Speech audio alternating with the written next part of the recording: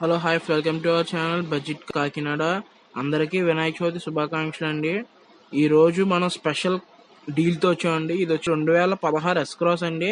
Already మన video వచ్చి super ప్రైస్లో తీసుకొచ్చానండి. కేవలం అంటే కేవలం 5,15,000 మాత్రమే అండి ఫిక్స్డ్ ప్రైస్.